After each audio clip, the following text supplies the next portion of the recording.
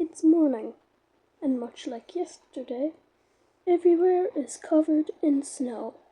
But it is melting, luckily, and Ev, the Gigantoraptor, is much weirded out this blanket, as he's never seen snow in his life, because this is his rarely new thing, as he is very young.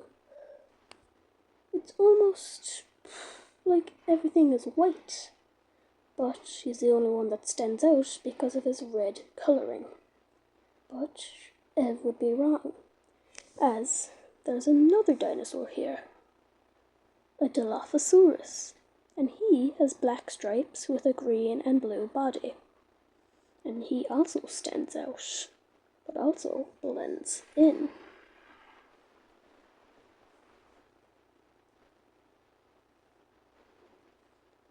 Ev then wanders around, but notices them, and since this is his territory, he's gonna have to fight for it. If he loses, then he's gonna have to find more territory. If he wins, he stays. So, the Dilophosaurus and Ev get into a gruesome fight, scratching and nailing and roaring each other, pushing each other aside, jumping on each other. It's brutal. Ev grabs onto the Dilophosaurus' neck and grabs him and roughens him up. But then they both fall to the ground by a push of the Dilophosaurus. Ev gets up and lets out a roar. Knowing this, the Dilophosaurus gives up, as it's not worth it.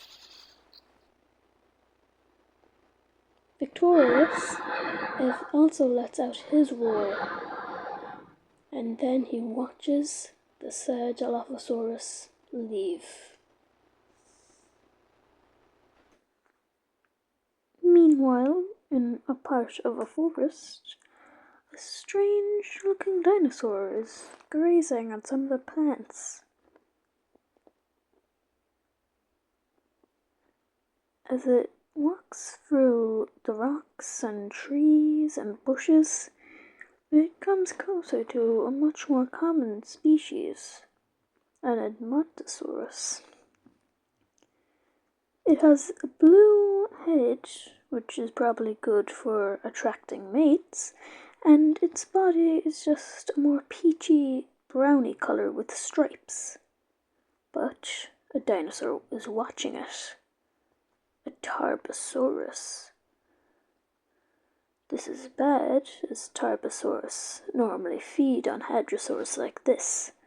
Even though they lived on opposite ends of the earth, this is Dinosaur Isle. Anything is possible with dinosaurs here. It turns its back to munch on the bark and the grass growing on a nearby tree.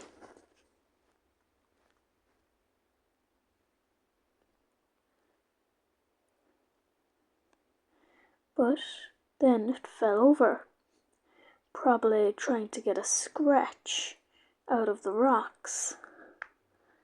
Mainly because there's a bunch of bugs, like ticks and mosquitoes here. Once its back is turned, this is the perfect moment to strike. The Tarbo walks behind it once.